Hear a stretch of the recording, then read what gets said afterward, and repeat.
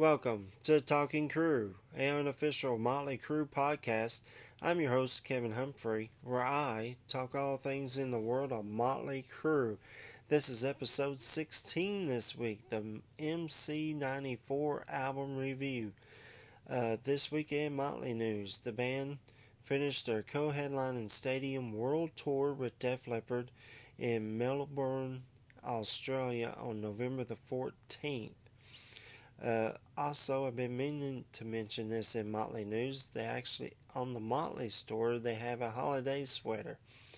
It has the Shout at the Devil picture on the front, and on the back, there's a wolf on the back with Christmas colors, green and red and black and stuff like that. It's actually really kind of cool looking. I'm kind of debating on whether to get it or not. Also in Motley News, Nikki posted yesterday a reminder to get tickets to the Rockville Festival. May the 9th is the night Motley Crue's going to be there, and they're going to headline this show at Daytona Beach, Florida, at the Daytona International Speedway. So make sure you get your tickets. And that's it in Motley News. This is episode 16, MC94 album review. I'm jumping right back into the timeline, and we're going to talk about the most controversial Motley Crue album in their whole catalog. Is it a Motley Crue album? Is it not? Some say yes, like me. Some say no. Hold on to that thought. So, let's get right into it. So, let's go timeline. We got 4 years to talk about, so bear with me. So I'm going to start off March 26, 1991. Vince and then wife Charisse has their baby girl Skylar. I think Skylar's a very important part in the Motley Crue story. You'll find out if you don't know in weeks to come. In April 91, Motley forms their own record label called Motley Records. It's distributed by Elektra Records. Also in 91, Nikki and Mick actually write a song called Die For You, which ends up on an Alice Cooper album called Hey Stupid. That's a great record. That one and the one before Trash. That's great. Mick plays guitar on this track. Nikki plays bass on a song called Feed My Frankenstein, which I actually talk about in the Halloween special. In August of 91, Motley plays a warm-up show in London at the Marquee using the name Foreskins. That's Foreskins. Now, to support the Decade of Decadence album, Motley took part of the Monsters of Rock Festival in 1991. It's a tour of Europe. It's a festival tour. I'd love to go see this, especially this one. Because check out this lineup. You got the Black Crowes. You got Queensryche, who was promoting the Empire album, which is my favorite Queensryche record. Then you have Motley Crue. Then you have Metallica, who's promoting the Black album. And the headliner was AC/DC. In December of 91, Motley re-signs with Elektra Records for a $25 million record contract. Now, at this point in time, this was the biggest record contract ever. Of course, now it's probably Taylor Swift who has that now. But $25 million, that's crazy. March of 92, Decade of Decadence home video is released. I'll talk about that in episode 14. We're going to jump back a month and go February of 92. And this is kind of when the down part of the timeline happens. Nikki, Tommy, and Mick drive to rehearsals in a flash flood warning in California. They wait for Vince, who hasn't shown up for 4 hours. They actually try calling him and only get a business signal. They tell their tour manager to send Vince a fax. Vince gets the fax, and now he's pissed. Vince calls, and he and Nikki get into an argument over the phone. When Vince does finally show up, They tell him that they're going to get a new singer. Vince says the new songs are stupid and they have keyboards in them. According to Mick on VH1's Behind the Music, when Vince showed up, there was a lot of FU and no FU and stuff like that. So Vince leaves, thinking that he's fired. Nicky thinks he left because he quit. It's a debate that still goes on to this day. Did Vince quit? Did he get fired? Vince says he was fired. Nicky said no, he quit. So nowadays they kind of make a joke of it. But I think what happened was Vince, either way, one of these two things happened. Vince said, I quit, I quit. Nicky said, no, you're fired. Or Nicky said, you're fired, and Vince said, no, I quit. One of those two things happened. Not really sure. I'd love to talk to Doug Thaler, who was the manager of the band at this time. He's the only one I haven't ever heard say what actually happened on this particular day. I'd love to know. Tour manager. There's somebody else I'd love to talk to. Let's find out what happened. So, on Valentine's Day, 1992, Motley issues a statement that Vince quit the band. That race car driving has become his priority in life. I remember this really well. I remember seeing this on MTV News, and my jaw dropped. I was my favorite band. What is going on? Vince quit. Why? And I remember hearing it the next day on the radio. They were talking about it. I was devastated. The band moved on a few days later. They auditioned two singers on 2 different days. On one day, they auditioned a guy by the name of John Corabi, who was in the band The Scream, who had a debut album at that point, Let It Scream. Great record. Really great record. And then on the second day they auditioned Stephen Sherrick, and I probably just butchered your last name, Stephen. So if you are watching this, I'm totally sorry. It's Shareaux. Now, he was the lead singer in a band called Kick Tracy. That's KIKTRACEE. Now, they had a great debut album as well. Great band. After Stephen left his audition, they actually called John back and to do a second audition in front of the band's manager, Doug Thaler. A few days later, Vince issues a statement saying that he didn't quit the band. He was fired due to that he didn't like the musical direction that they were going in, and mentioned the keyboards. He also said he wasn't fired for racing cars, which was a hobby of his that he had done for 7 years. And he wasn't fired because of his drinking, because Vince did fall off the wagon. And right after this statement, when I was doing research for this, Vince checked into a rehab. In March of 92, rumors, especially in music magazines, were speculating who is the new singer of Motley Crue. Rumor was it was John Corabi. Another rumor was it was Mark Torrin from the band The Bullet Boys. Another rumor was David Lee Roth. Another rumor was Stephen Percy of Rat. Many years later, Sebastian Bach from Skid Row said that he auditioned. Nicky said no, he didn't. Who knows there? I'm on with Nicky. If Nicky said he didn't audition, he didn't audition. September of 92, John Corabi is chosen and signs a contract saying that he is in Motley Crue. In November of 92, producer Bob Rock, actually flies down to Los Angeles to Tommy's house to see how things are going and listening to demos. When he gets there, he finds out that Tommy and Nicky have fell off the wagon. They've done an all-day binger doing alcohol, pot, and cocaine. Bob Rock calls friend Bob Timmons, who I talked about in the Dr. Feelgood episode. He helped get the band straight, and he did Tommy and Nikki at this point. Also this month, Sega Genesis puts out a pinball video game called Crue Ball. Does anybody remember this? I sort of do, I sort of don't.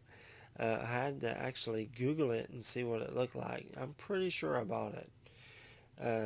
But yeah, do you remember this? Then in December of 92, the band goes into the studio in Canada and they do their very first photo shoot.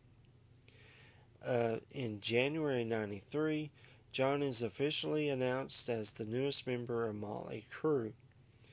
In fact, his first public appearance with the band is at the American Music Awards. Tommy's marriage, however, is struggling with Heather Locklear in 93. Mick files for a divorce from Amy Cannon. In July 93, Dave the Snake Sabo of Skid Row, guitar player of Skid Row, visits the band in the studio and can't believe what he sees. In fact, they invite Dave to a strip club where they drink cocktails all night. And yeah, like I said, the band is going back to their old ways. In fact, one night, Tommy and Nikki go to a strip club with fake mustaches where they do shooters and cocaine all night. Heather, finding out about all this, files for a divorce of Tommy in May of 93. Nikki's imposter, Matthew Trippy, whose lawsuit is dropped, which I talked about last week, episode 15, the fake Nikki 6.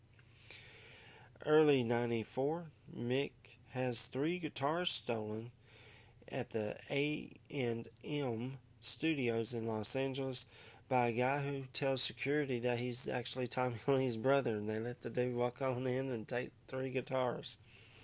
Tommy Lee doesn't have a brother.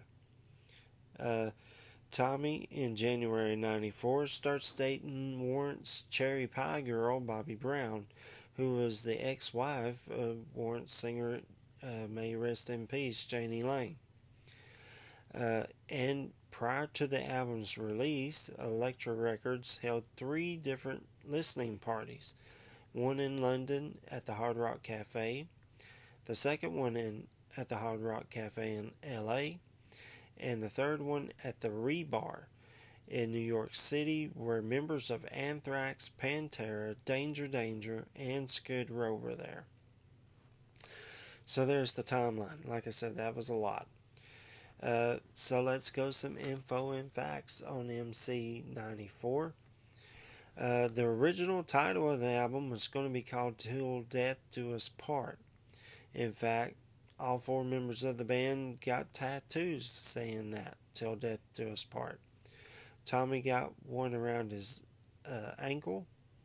Mick got one on his left upper arm. Nikki and John both got it on their upper part of their left leg. They recorded the album in 2 different studios, Little Mountain Studios in Vancouver and A&M in Los Angeles. It was once again produced by Bob Rock, who did Dr. Feelgood. The album was released March 15, 1994. They released 3 singles, all 3 got videos, but only one got played on MTV. In fact, there was only one that got played on my local rock station and didn't get played a whole lot. I think they played it like 3, maybe 4 times and they were done. Hooligan's Holiday, Misunderstood, and Smoke the Sky. Hooligan's Holiday did get played on MTV, not a whole lot, and it was probably because of the interview that they did with the band, where the band was trying to promote the album, and they were asked about Hairspray, Girls, and Fire. And it pissed Nicky off, you know, made him sound like a nostalgic act. And yeah, it pissed him off. And he said, that's a stupid question. Bunch of F bombs on TV. And said, the interview's over, gets up and walks out. So there was your no support from MTV. The album peaked at number 7, which is not bad. The top 10 album, especially in '94. It went gold, which meant it sold 500,000 copies. Now in sales, it did drop. I mean, big drop. But then again, like I said, in '94, you had bands. The Seattle scene, grunge era was really taking hold. You had Nirvana, Soundgarden, Alice in Chains, and Pearl Jam dominating everything.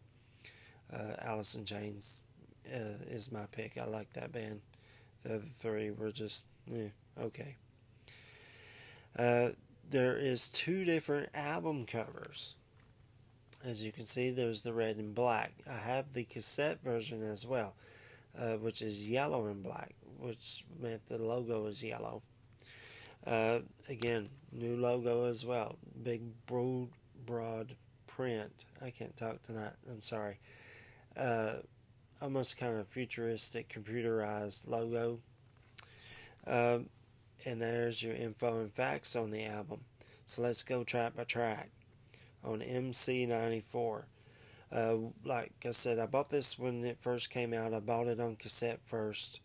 And I remember going home from the record store, putting it in. I was blown away. I couldn't believe what I was hearing. Prior to this album being made, when Vince was still in the band, Nicky said that they were going to go more primal scream-ish kind of songs. And I wasn't really expecting what I heard. When I put the tape in and I heard this first song, I was like, whoa, what is this? But I actually listened to it all the way through. I found like 3, maybe 4 songs that I absolutely liked. Took a couple of weeks off, listened to it again all the way through. Then I started adding more songs that I like. And this is a great record. There is one song that is my least favorite. Let's see if you can pick it out. So track number 1 is Power to the Music. Starts off with this great heavy guitar riff. That's the part that blew me away. I wasn't really expecting it. Then a huge drum fill by Tommy. Then the song kicks in.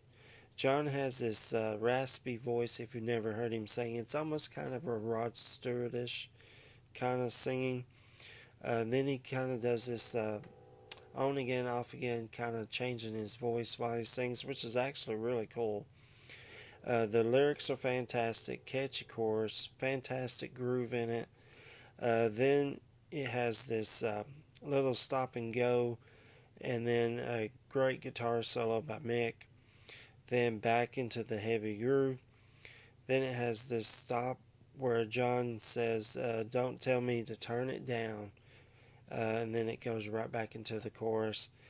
Fantastic part. I absolutely love that part. It's a great song. It's so good if you've never heard Power to the Music. Sorry, there's my notes. Song number 2 is Uncle Jack. Starts off with what sounds like a backward guitar playing, kind of like the Beatles' Tomorrow Never Knows kind of thing, vibe going on. Then it has this great groove that just kicks right in. The lyrics are so good. It's about John's uncle, who is actually a child molester. So this is pretty much a true story. Great chorus. Then it has this almost funky kind of groove part in it. It's very cool. Then that leads to a great guitar solo by Mick. Then towards the end it has this almost dragging part, which actually sounds really cool, where they're kind of dragging the notes. It's actually really cool. Great song. Song number 3, Hooligan's Holiday. Now, when you hear this song, I want you to do me a favor and turn it all the way up. I love this song. First time I saw the video on the world premiere video. Loved it. I was like, man, this is awesome. Starts off with this guitar and bass and drumming kind of strumming along, almost kind of welcoming you in. Then John starts to sing the title of the song a couple of times. Then it slows down and then builds up, and then it just stops. And John starts singing this great verse. I just absolutely love it. And then the band comes back in. The lyrics are absolutely fantastic. Chorus as well. I love, love, love this song. Like I said, turn it all the way up when you hear it. There's a slight guitar solo by Mick. It really fits in well. This song is, again, it's so good. Turn it all the way up when you hear this. Song number 4 is Misunderstood. It starts off with an acoustic guitar, even some orchestra is being played as John sings real softly, absolutely amazing. Then it kind of picks up a little bit, almost like a mid-tempo. Fantastic lyrics, catchy chorus. Then it picks up in the speed. It actually speeds up and gets a little bit harder rocking. Then this fantastic slide guitar solo by Mick, as the song then slowly starts to come back down to the way it began, with the acoustic guitar and the orchestra, and John kind of singing very softly. This song is so freaking good. I think it's a masterpiece, if you ask me. Really great. This is the song that Vince was talking about that had keyboards in it, is this song. So they were probably playing the keyboard part of what the orchestra, or what Nicky had envisioned the orchestra to sound like. Song number 5 is Love Shine. Starts with this acoustic guitar playing with John singing. Then it has this other side of it kind of shows the other side of the band. This is kind of the cooling part of the album. It almost has this, I thought of it as, when I listened to this album, it's almost kind of a Led Zeppelin kind of acoustic song. Love it. Great lyrics, catchy chorus. It's so good. Love Shine. Song number 6 is Poison Apples. Now, like I said, when I very first bought this and listened to it all the way through back in '94, this is one of those songs that caught my ear, and I love it. I still love it to this day. It's called Poison Apples. Starts off with this great guitar groove, low key. It's really kind of real low and just blasts you as the sound gets louder. This is fantastic. Nicky's bass playing and Tommy's drumming as John sings. The lyrics are so freaking good. Catchy chorus. There's even some piano being played in it. Absolutely amazing. Fantastic guitar solo by Mick. Then there's even mention of Nicky's, one of his favorite bands, Motley. I absolutely love this song. This song's so freaking good. This is about as close of old school Crue, meaning Vince version of Motley prior to John, as you can get. And that's probably why it caught my ear, and I've always loved it since. Song number 7 is Hammered, so we're going really heavy this time. This one starts off with a great guitar riff. Then as it goes, Tommy comes in on the drums with some cowbell. As John sings, vocally fantastic. I like John's voice on this song. Mick has this very unique guitar playing sound, which is great. Then it slows down with Tommy on a hi-hat, Nicky playing this great bass pocket groove as John sings over top of it. As the song slowly builds back up, absolutely amazing. Great solo by Mick. This song is just plain old rock and roll. It's really good. Absolutely great song. So yeah, check out the song Hammered. Song number 8 is Till Death Do Us Part, which, like I said, was the original title of this album. Starts off with this slow guitar strumming.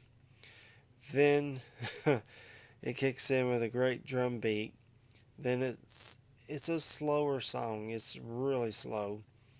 The lyrics are absolutely amazing, especially the way John sings it. The chorus is as well really cool. It has this great guitar riff. Then it slows way down with some drum crashing and a great guitar solo as the song slowly builds back up. It's a good song. Um, yeah, I'll leave it at that. Alright, so now we get to track number 9. That's Welcome to the Numb. Starts off with a humming of a guitar and then it just kicks right in as John sings. The lyrics are great. Love Tommy's drumming on this one. The chorus is very catchy. This song has a great freaking groove in it. Really good. It's absolutely a body mover in it. Has harmonica in it being played. Sorry again, there's my notes. Guitar, a little bit of a guitar solo in it by Mick. This song freaking rocks. I actually really like this one. Then it has this almost jam at the end. Absolutely fantastic. It's so good. Welcome to the Numb. I actually almost forgot about this song, how good this song was. Song number 10 is Smoke the Sky. Starts with this guitar riff and bass. Then the song just takes off. Lyrics are fantastic. Short and sweet chorus. Love it. Tommy's drum beat in this almost reminds me of the Kickstart My Heart drum beat. The song slows down a bit for Mick's guitar solo. Then picks back right back up. Then back to the original groove as John coughs.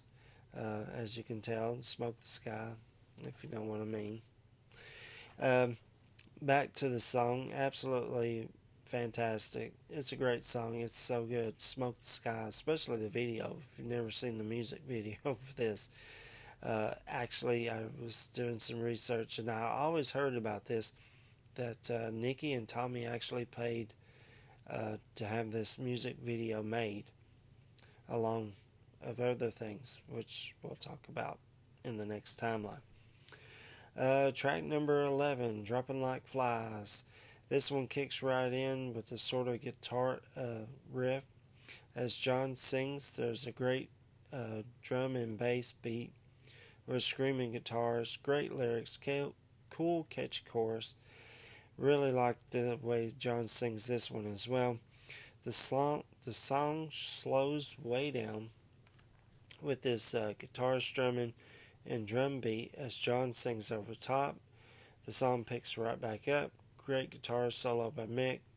Back to the chorus. This is a great song. Check this one out. Dropping Like Flies. And song number 12, Drift Away. Starts with an acoustic guitar playing as John sings. The lyrics are absolutely fantastic. Catchy chorus. Great electric guitar playing by Mick over top of this. Like I said, I'm guessing by Mick. This song is so good. It's so good. I promise you. Do yourself a favor and check out the song Drift Away. Excellent guitar solo by Mick. Absolutely love this song. And that is how the electro version goes. How that would end. So, like always, we're going Crucial Crue. Song number 13 is Hypnotized, which is a B-side song for the single Hooligan's Holiday. This song kicks right in, straight rock and roll, straight ahead. The lyrics are great, catchy chorus. It does have this kind of punk, raunchy feel to it. I love it. As the song slows down, it almost has this reggae feel. And it sort of has this reggae guitar solo. Then the song picks right back up, and you can hear Nikki singing in the chorus. Then the song slows right back down with a great groove in it. It has this great guitar playing, kind of like a Led Zeppelin's Dazed and Confused. It sounds like Mick is using a bow. It took me a second. Like Jimmy Page used to do and play guitar. In fact, John 5 does that as well. Uh, Really cool. I really like this song a lot. If you've never heard it, Hypnotized. Song number 14, Baby Kills. This one comes off the Quaternary EP.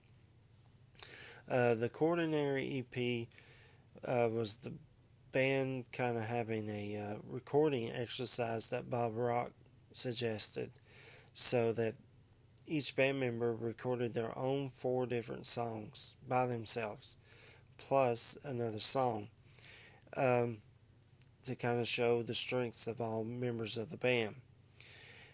So this one's called Baby Kills. This one starts off with the band horsing around talking. It's absolutely hilarious. Actually, really listen to that part. Crank that part up. It's hilarious.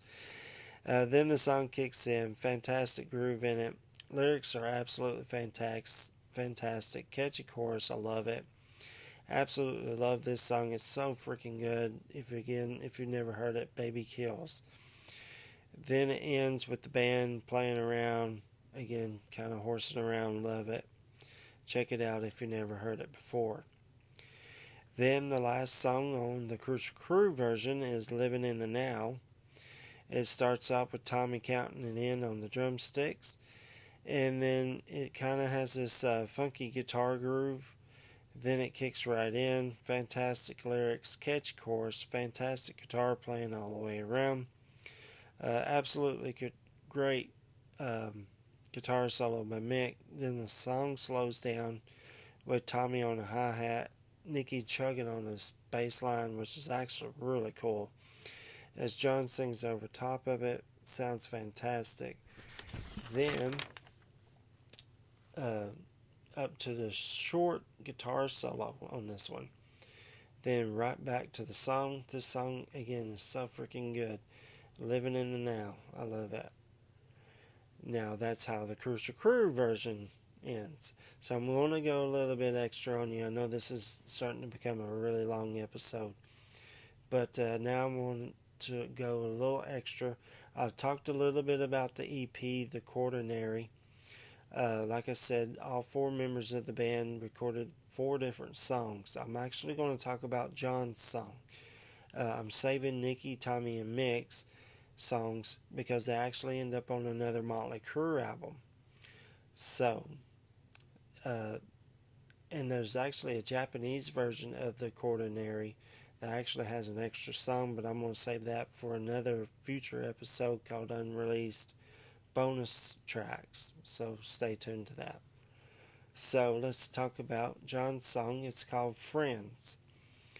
Starts off with the band joking around, horsing around. And then the piano starts to play, and as the piano plays, John starts to sing. Absolutely fantastic lyrics. The background vocals are very cool in this.